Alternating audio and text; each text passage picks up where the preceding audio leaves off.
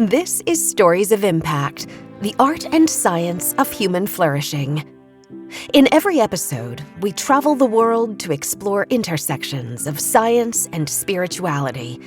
I'm your host, writer Tavia Gilbert, and along with journalist Richard Sergey, every first and third Tuesday, we look through a new lens at old traditions, hear from new generations as they dream up innovative solutions, and learn new ways to make sense of modern life. I'm the daughter of two devoted public school educators, and returning to teach at the college where I earned my MFA proved to be one of the greatest joys of my life. It wasn't just the challenge and pleasure of helping students experience transformation. It was the tenderness and commitment, the love I felt for my students and for the entire college community that made my several years in higher education so enriching. Most anyone who goes into teaching pursues it from a heart of love, and that's certainly true for the two educators at the center of today's story. When Henry May began his career as a teacher, he learned that his job was not just about enriching the mind, but the soul and spirit of a student as well. He saw that part of excellence in education was helping students and school communities thrive, despite painful circumstances. He witnessed how traumatic life could be for the kids and the teachers, too.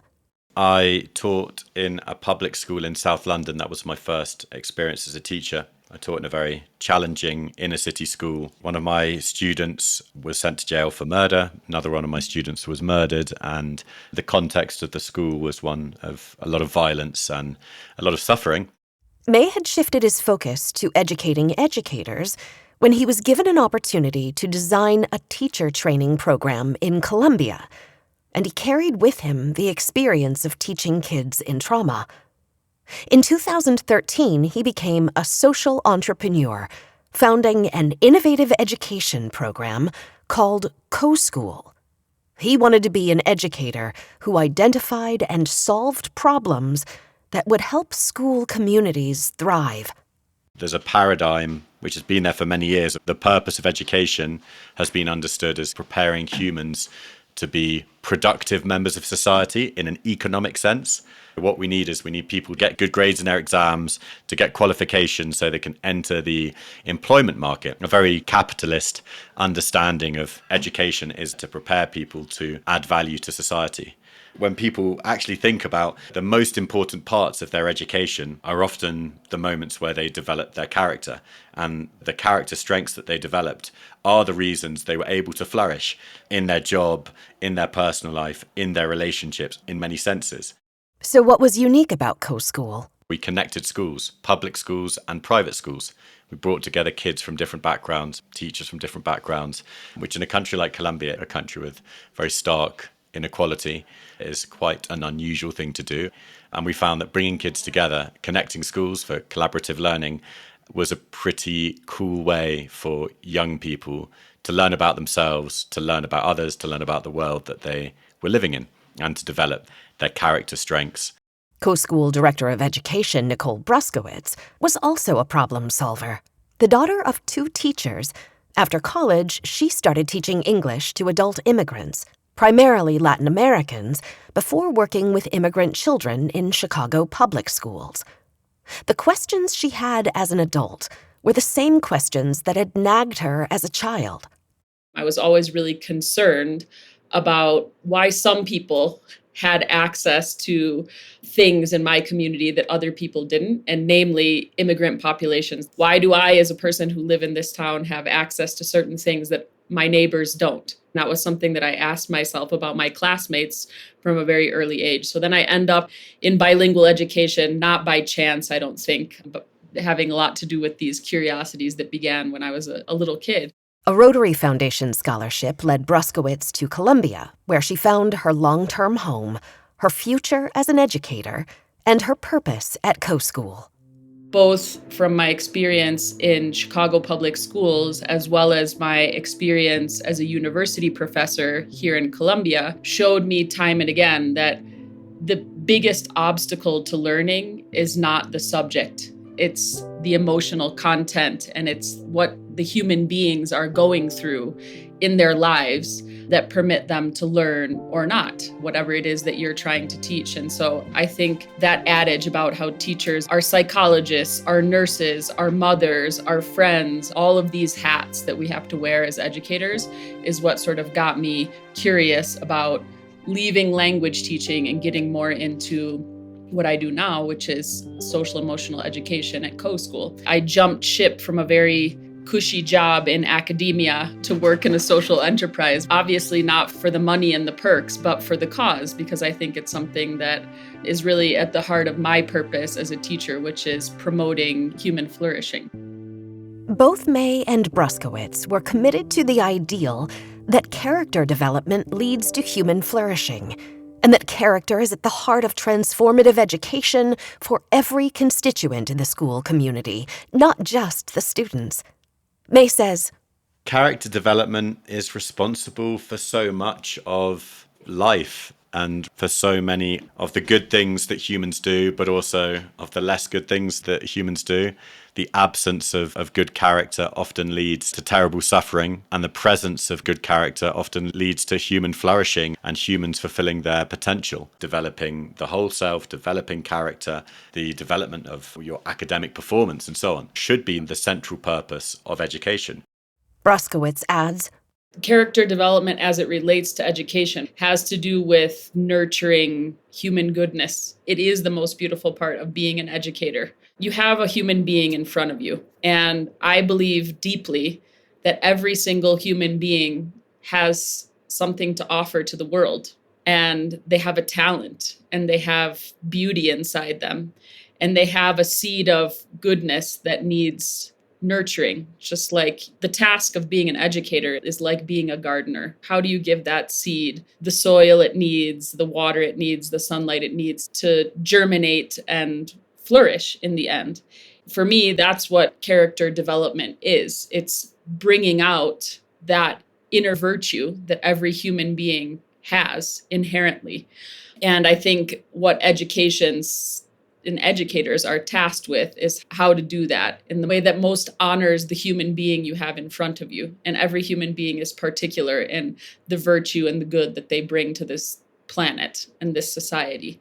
How can you, as educators, as school leaders, set up the conditions in which each student can flourish from their particular virtue and the particular good that they have to bring to the world?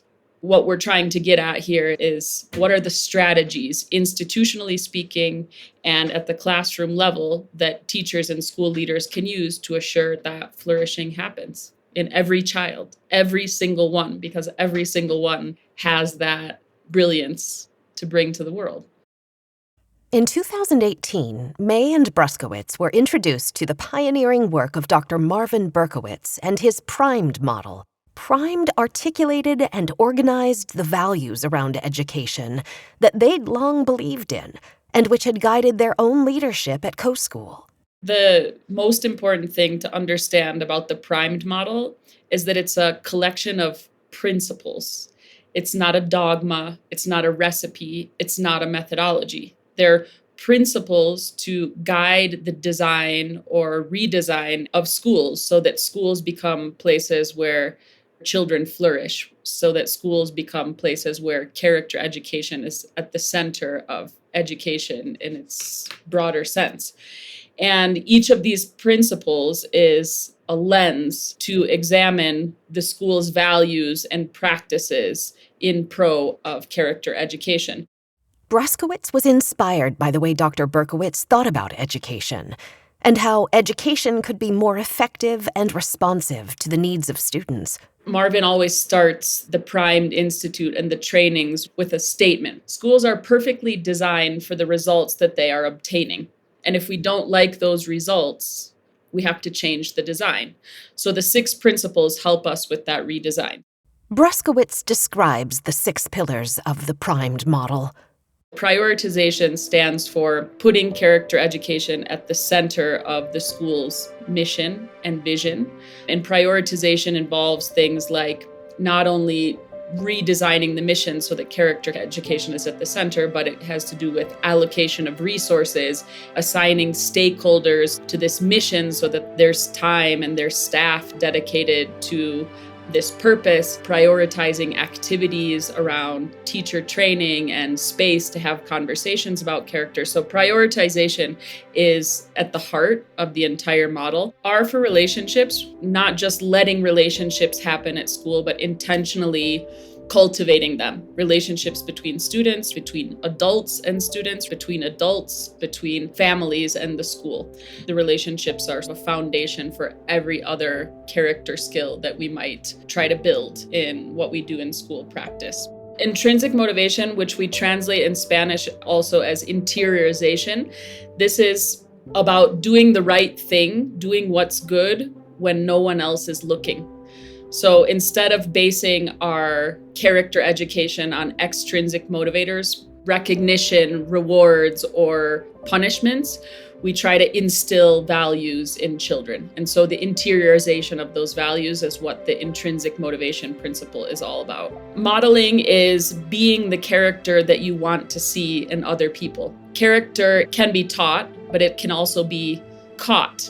So we can see that there's an explicit way of teaching character and an implicit way of teaching character. Kids learn from models. So adults have to be good models of character if we want kids to cultivate their character. The E for empowerment is about participatory pedagogy, giving children a voice in their education, putting their agency, their interests, and their capacity at the center of what we're doing in schools.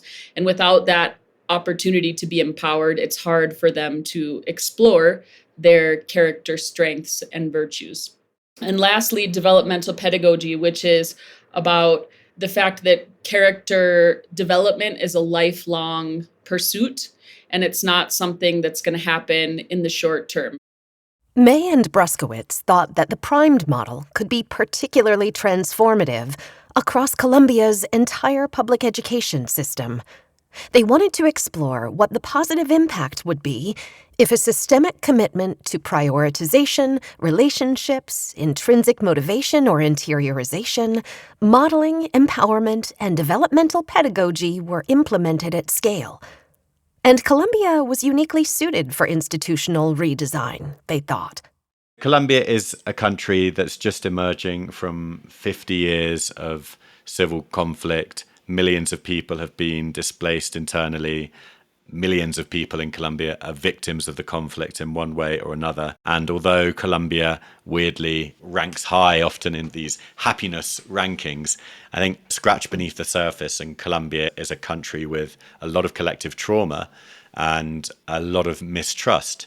Mistrust over who your neighbor might be, mistrust over that political party, over that person from that region. In a country with a context like that, people, human beings, are even hungrier or have an even greater need for their basic human conditions to be met, which are conditions related to having relationships with other humans.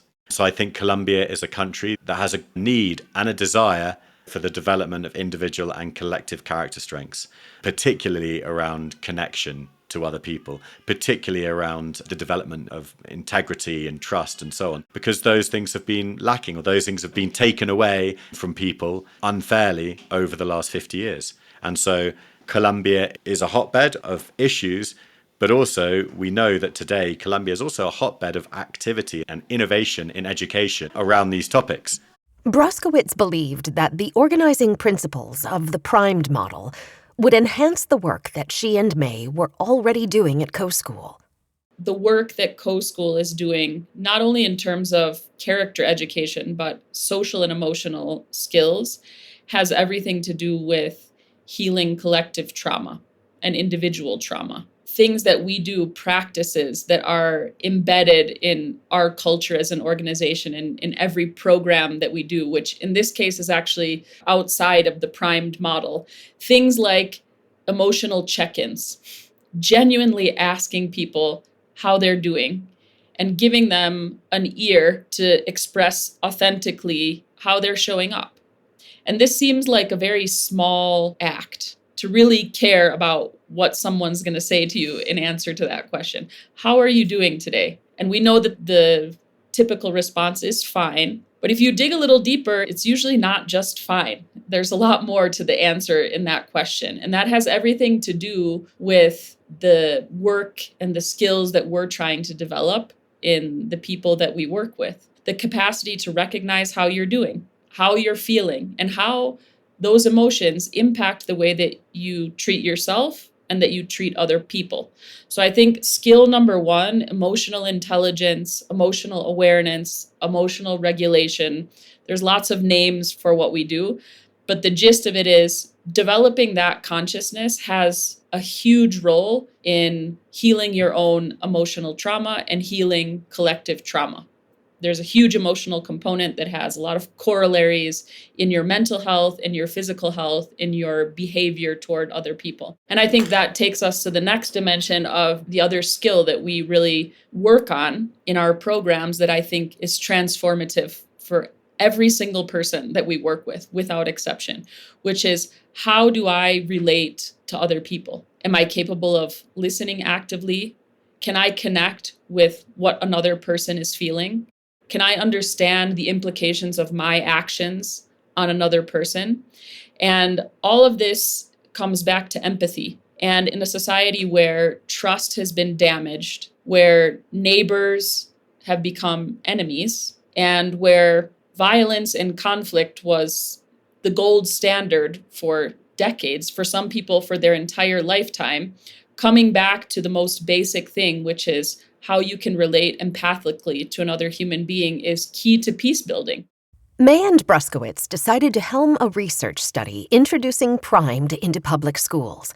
They dreamed of reaching hundreds of schools and entire cities across Colombia and beyond, educating, promoting character development, and helping heal collective trauma. In order to spread the values, skills, and pedagogy that had made Coschool so transformative and implement the primed model at scale, May and Bruskewitz first needed to build trust with the educators and leadership of Colombia's public schools. That meant being honest about how they and their efforts could be perceived. We wondered a lot about the translation of this model to the Latin American context and how easy it would be to not only translate it to the Spanish language, but translate it culturally. Nonetheless, the principles are universal in their application. And I think that has been a pleasant surprise. Whereas we've had to translate some of the examples and definitely the language to Colombia, the notions and the ideas that are at the heart of the model really do work here. Because I really do think that human character does have a lot of universal ingredients that are not particular to language or culture. And that helps me in some way explain my reason for being here. What are you as a North American doing trying to transform education in Latin America? Go back to your country and take care of your own house first. And our own house is the house of humanity. And I think that's been what's beautiful in terms of a lovely surprise in how Primed has translated to Latin America. That spirit of humility and service allowed the Coschool team to gain the support and buy-in of educational leaders who agreed to participate in the research project. They launched their study, taking Primed into 10 public schools in the city of Bogota. With at least 2,000 students per school, they reached tens of thousands of students. But their work didn't actually start with the students. Rather, they knew that you need to find a way to break into the heart of the leader of the school. Leaders in Colombian schools, most of them got into their jobs because they care deeply about children and education and character education and social emotional development of their students. But many of them, in becoming administrators of schools, their focus shifts onto more administrative elements of the schools, and they often become detached from that original purpose that drew them into their jobs and into education. And so what we found is that Primed is a beautiful experience for them to reconnect with their purpose. It begins with the school leaders embracing a change of mindset, about transforming the adult leadership team within the school and working with the teachers and the other adults in the community. But it's down to that leadership team and the leader in particular taking on the challenge of transforming themselves, transforming their team, and transforming their schools. How did May and Bruskewitz lay the groundwork for those transformations? Probably the most powerful question is, to what extent are we being the models of character that we want to see in our students? And so you can't do this kind of reflecting when you're in the thick of the insanity that it is a school day. The first activity that we do in the program with these leadership teams is take them out into the Colombian countryside, into a beautiful farm-esque setting situated in the mountains in nature and away from their schools, most importantly. It's a group of 5 to 7 school leaders together as a team. And we have a 3-day retreat in which we delve into these questions of what is the purpose of education? How do we nurture human flourishing in children? Is our school properly designed to do that? And if the answer is no, what do we need to start to rethink? Probably the most powerful question is, to what extent are we being the models of character that we want to see in our students? And so you can't do this kind of reflecting when you're in the thick of the insanity that it is a school day. Putting out fires, attending to disciplinary problems, dealing with parents, holding meetings with your teachers. The day is packed and there's just no time for this sort of transcendental reflection about the purpose of what you're doing and looking at the day-to-day actions in a critical, reflective way. That bonding opportunity and the space to think, plan, and dream give school leaders a chance to reconnect with their original passion as educators. Once that head teacher is on board, once they've had that moment of vulnerability in front of their leadership team and they've said, look, I'm not being the type of leader I want to be, but I want to change and I want your help because I want to get better and I want to be a good model of character for you and for my students. The way schools can transform when that happens is just, it's amazing. The teams need ongoing support and structure to have any chance of facilitating that amazing transformation. The school leadership teams walk away with minds blown and a lot of inspiration. Then what happens? Then they go back to their school and they realize that everyone else at school wasn't at this retreat for 3 days. And they come into contact with the challenge of, how do we get our teachers and the rest of our school community, including staff, on board with this newfound sense of purpose and these reflections that we're having around what we're shining in, but also what we need to reform in terms of the way we're doing things at our school. So second activity in the project is doing this strategic planning, which heavily involves bringing on other members of the school community into this reimagining of the school with character education as a central priority. And these plans are very unique. Each school decides on certain things that they want to prioritize and actions that they want to take because each school culture is different. And each school has strengths and opportunities for improvement that are distinct. So May and Bruskewitz made a long-term commitment to participating school leadership teams. We meet with them on a monthly basis to see how their plans are going and troubleshoot. And it's not easy because what we're talking about here is creating a cultural shift. And culture change is hard and it takes time and it can be very frustrating. And so having sort of an outside third party, which is the role that Coschool plays in this, to bounce ideas off of, to troubleshoot, to navigate the friction that is part of cultural change is a key point in this implementation. With Coschool's support and leaders willing to be vulnerable and expansive, powerful, sustainable, systemic cultural change could happen. The intervention focuses on working with school leaders directly, but we know that it has to trickle down to impact students. That's the final objective.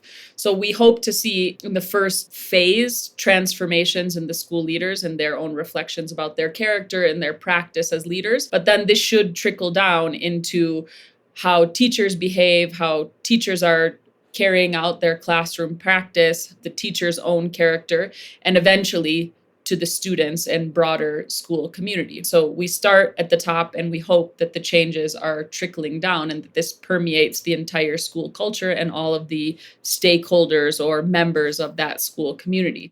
What were the results of their study of the impact of primed? Were there any surprises? Sometimes you might have a bias or a preconception that the older and more experienced head teachers might be more resistant to change. They've been doing things a certain way for 20 or 30 years. It's worked well enough for them. They're coming to the end of their career. And what we found is actually some of the most wonderful stories of transformation have come from the elder members of the tribe going, all right, this is interesting. I don't mind trying to change, or I'm open to new ideas.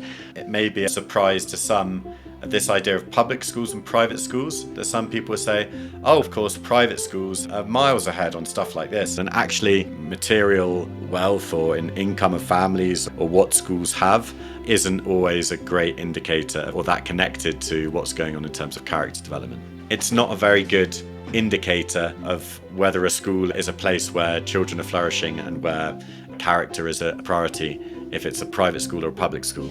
We've seen private schools with real issues around this topic, and we've seen public schools that have so many great initiatives going on and so much positive energy dedicated towards character development. We've seen positive changes around this construct of school well-being, which takes into account things like social and emotional education, attention towards elements of mental health and psychological well-being of students, school safety, inclusion, things that contribute to a broader climate that is inclusive and conducive to human flourishing. Aside from the quantitative data that we're collecting, we're also doing case studies about each one of the schools because each school is a story and it's its own universe.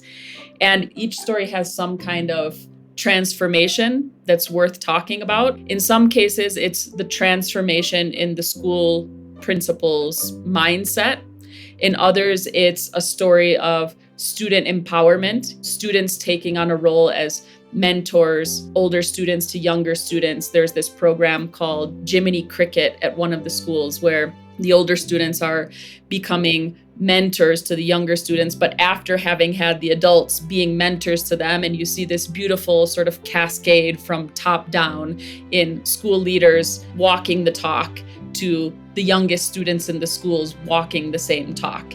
And each of these schools has one of these amazing stories of transformation that has nothing to do with the numbers that measure how the school climate has evolved through the course of this implementation. It has so much more to do with how the human beings have changed as a result of this happening in their school.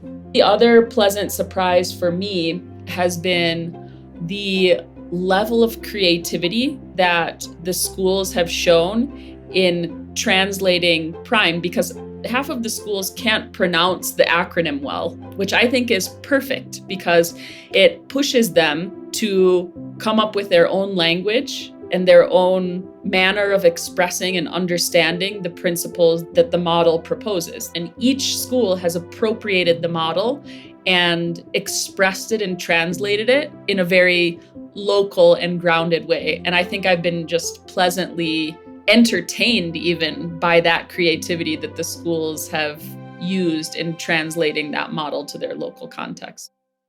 The project has not just been as transformative for the school community as the team had hoped.